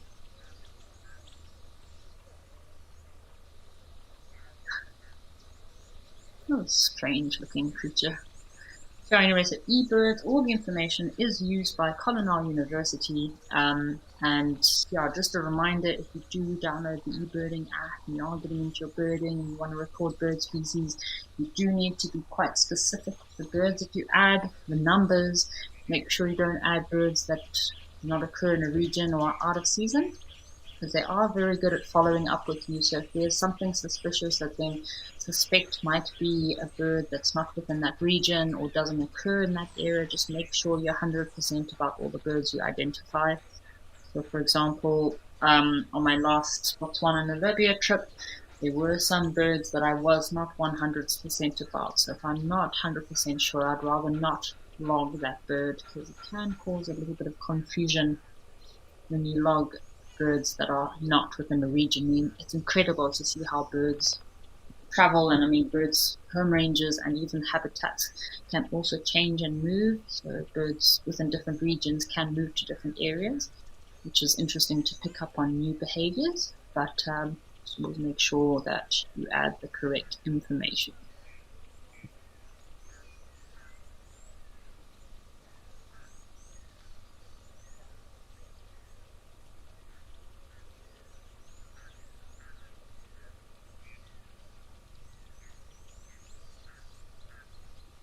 What else do we have here at this waterhole on this lovely afternoon?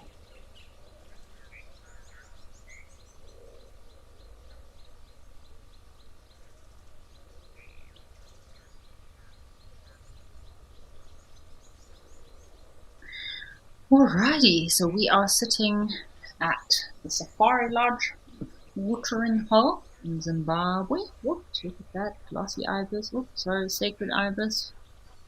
Having a bit of a wing flap there. Gonna see if anything's gonna come down to the water hole. I think that's the best part of for me, is one have to have patience when sitting at a water hole, but it's always worth it at the end of the day when nothing ends up happening.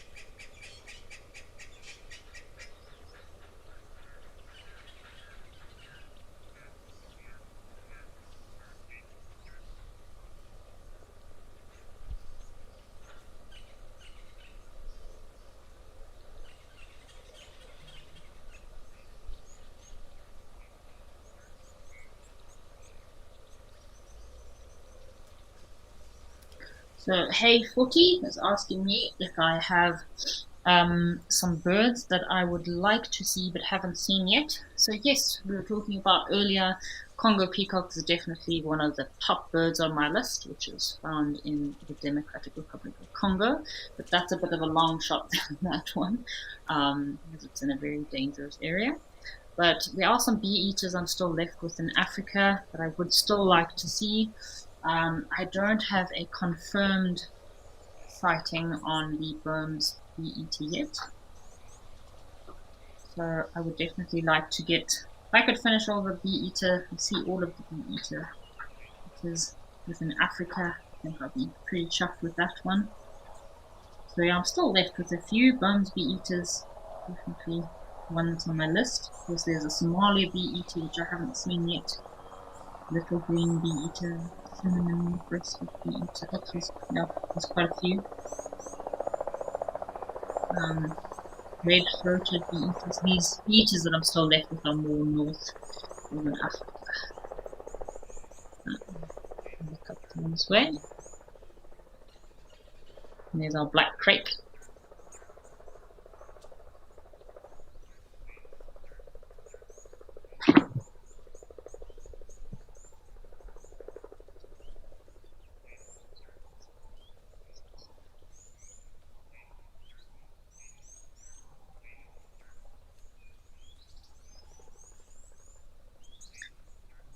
So we're talking about bee eaters and like which family of birds, people, any birds you have left. So yeah, the bee eater family is kind of probably the most birds that I've seen within one family. But of course, there's still a lot of the bee eaters within northern Africa that I would still like to see. But I have seen some very special bee eaters in Congo, which of course always special for me. One being the black bee eater and the blue-headed bee eater. So very, very cool forest bee eaters. I know it's strange, most bee eaters kind of occur in open grassland area, whereas these were forest-dwelling bee eaters, which are pretty cool. The black-headed bee eater was also an awesome one. And then in southern Africa, of course, you have to always love those carmine bee eaters. But we were just sitting watching these marabou storks all having a good bit of a groom. Something keeps flying across the screen. I did hear a little bee eater.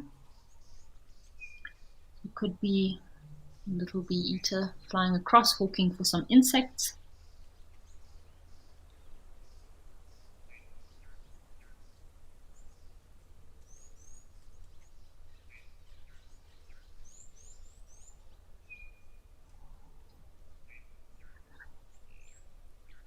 So, hey, 40, thank you so much for all of your birding questions. I've got one. You said, it's asking about what is my rarest bird that I have seen. Oh, it's a bit of a difficult one, but I'm going to have to still go for some of the birds that I have seen in West Africa. So in Gabon, in Congo, um, Congo Brazzaville.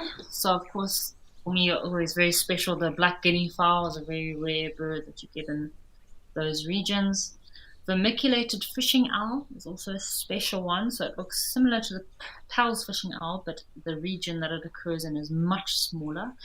But I haven't fully ticked off the vermiculated fishing owl because I didn't have possibly seen it 3 times, but not confirmed. So I won't 100% tick it off. But yeah, there's some incredible birds in the forest in West Africa. The hornbills and the great blue turako that looks almost like a dinosaur bird. So yeah, very beautiful birds within those regions. So I'll say those were probably some of the most special birds that I have seen.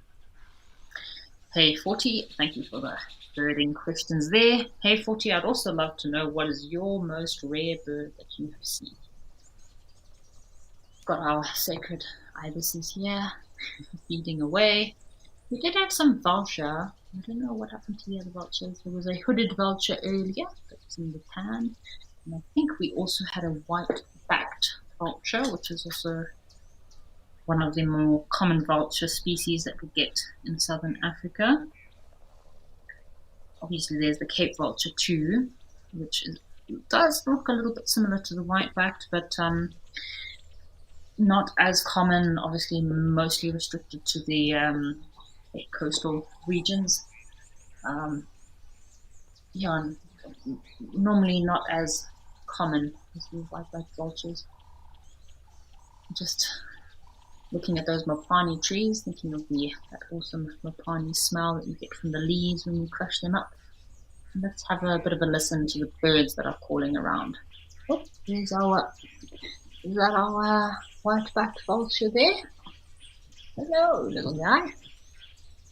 So obviously vultures are an endangered species, so yeah, have to always make sure that in a lot of regions they really do suffer from obviously habitat loss. There we go. Habitat loss, power lines are very big, quite detrimental to the vulture species. A lot of these vultures will get killed on power lines. Poisoning, unfortunately, is also another one of the ways that these vultures get killed. A lot of watering holes as well, the pans where they can't get out. Drowning is also another way But it's really great. I've worked quite a bit with BirdLife South Africa, and they create these safe zones for vultures. So a lot of game reserves in South Africa have to, if they want to be declared as a vulture safe zone, have all these criteria that they have to kind of compile. Yeah, all those criteria that they have to manage within their parks. So obviously the power lines need to be protected. So you get these vulture safe power line protectors on the top of the power lines. It's like a plastic cover. It protects them from getting electrocuted. And also obviously making sure that any vulture restaurants have safe feeding stations. Oh, it's quite interesting. What's he doing?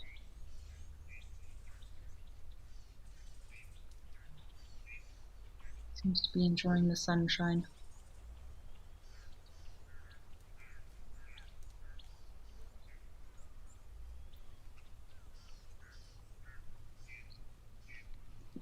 There we go. So we're just watching this vulture here, and he seems to be having a big groom. Have a look how he's fluffing his feathers out like that. Ooh. Aren't they strange looking creatures? Always remind me of Mowgli the Jungle Book.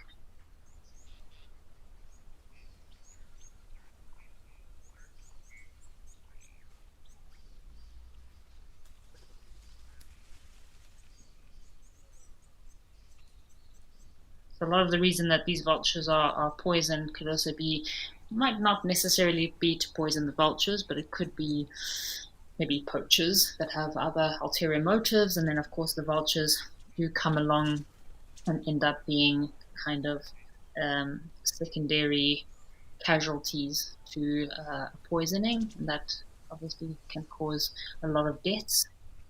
But it is great to have all of these organizations, so BirdLife South Africa, BirdLife Zimbabwe, all of these organizations that do try very, very hard to protect these species. I find it quite interesting as well how a lot of these vulture species will have not much feathers on their heads and necks, and that's in order for them to be able to put their heads into carcasses and feed without worrying about getting all of their feathers dirty. Oh, we have a little bit of a midden over there. Could be an impala midden. Pans. I must say, I am loving the mapanis at this time of year when some of them have 3 to 4 different shades of color. So yellow, orange, green. It is really beautiful to see these mapanis. Oh, little warthog.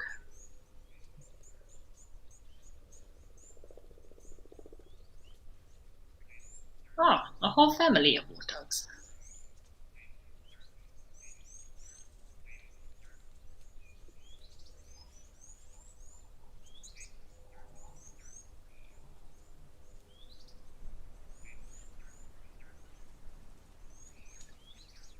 Look at these guys coming down for an afternoon wallow, maybe.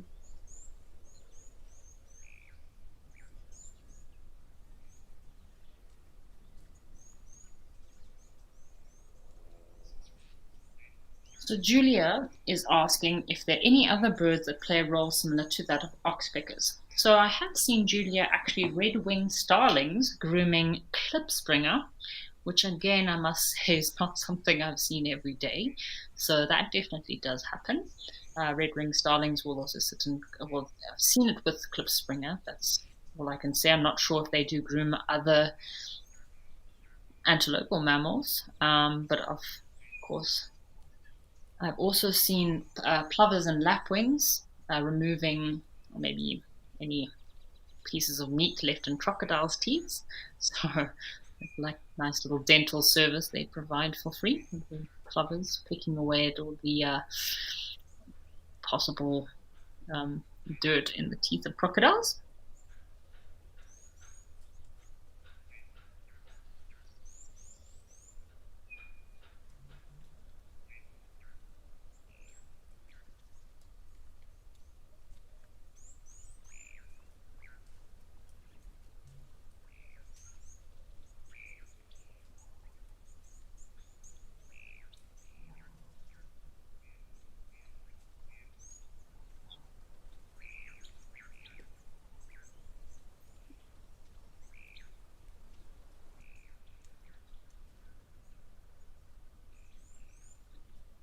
Paul Rizzo, thank you for your question. No, I have not seen shoebill stalks yet, unfortunately. It is also on my list. So, of course, shoebill stalks, the kind of only areas accessible to tourists that you can go and see them is, I believe, in Rwanda, in, no, sorry, Uganda, in the Queen Elizabeth National Park, where they do occur naturally within that national park, and I think South Luango as well. You can go and see these shoebills. Unfortunately, it is difficult to see them. There are not many pairs left that are accessible to be viewed. So I know there are a few sanctuaries. There's a sanctuary in Uganda that you can actually go and see them in a sanctuary if you consider that as a sighting. Look at this vulture. So having the best time, grooming himself. Oh, everyone is just having the most lovely Sunday. Super chilled. We are just talking about that interesting flap underneath the marabou stalk that we can see here now. And he's struggling to actually groom himself because of that little pouch of his. There's another bird in the foreground here, I'm not sure. Oh, could be a white-browed sparrow weaver. Another bird for our list.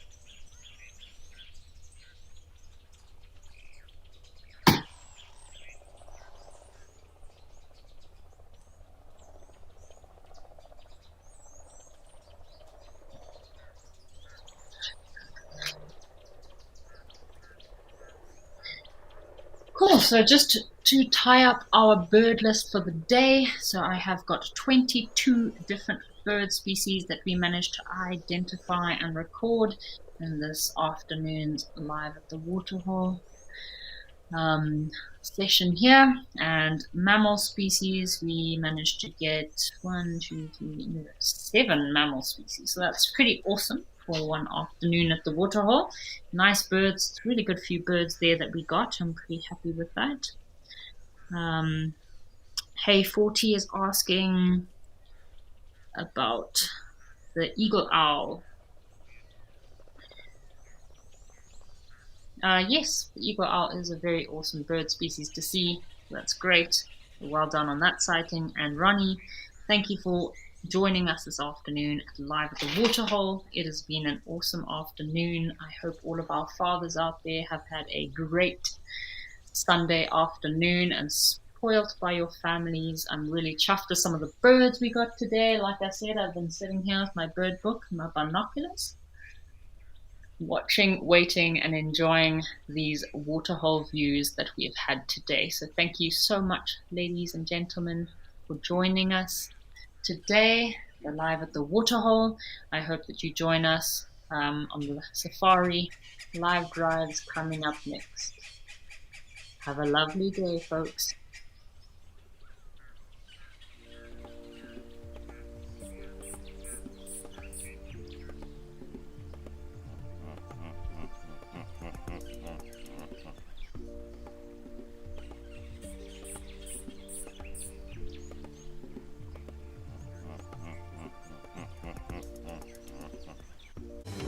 Well, a very good afternoon to everybody. Thank you for joining us once again for our highlight show, coming directly from Djuma Private Game Reserve here in the northern Asabi Sands. My name is Cedric, and behind the camera with me we've got Panda. So, in the next half an hour, we're going to discuss exactly what we've been seeing in the last 20